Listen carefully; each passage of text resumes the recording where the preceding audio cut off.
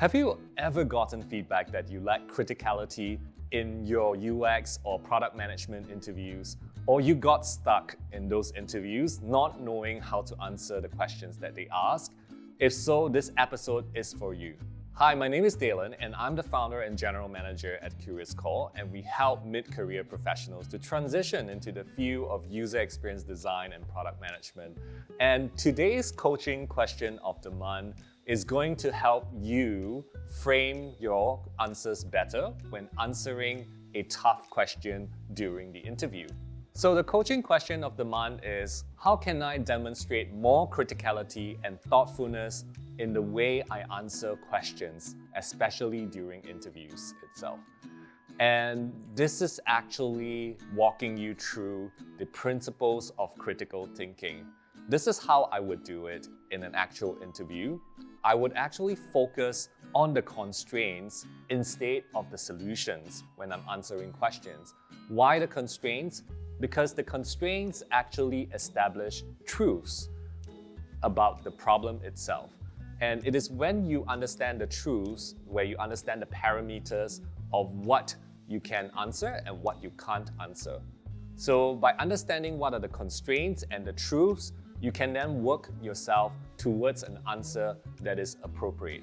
So let's say you meet a very, very tough question where you need to guess the number of manholes in the city area of the CBD of Singapore, right? Which is the Central Business District. In this case, this question might stumble a lot of people. A logical way is to start thinking about how you can count the different number of manholes, but that actually would help you stumble more. So instead of thinking of that, why not take a step back and understand the constraints? And in this case, the constraints could actually be, what is the size of the Central Business District in Singapore? And on a typical road, how many manholes are there going to be on the road itself? And using the principle of the entire square area and the amount of roads that you predict to be true, estimate how many manholes that actually is going to be. That actually demonstrates that you're thinking about the problem very logically, instead of taking a wild guess on what the solution might be. So I hope this coaching question of the month helps you to frame your thoughts better. And if you ever get stuck, think about maybe how you can invert the way you think as well. So for example, if you have a question that asks you, what would you do in this situation? You can perhaps invert the question and answer, what would you not do in this situation?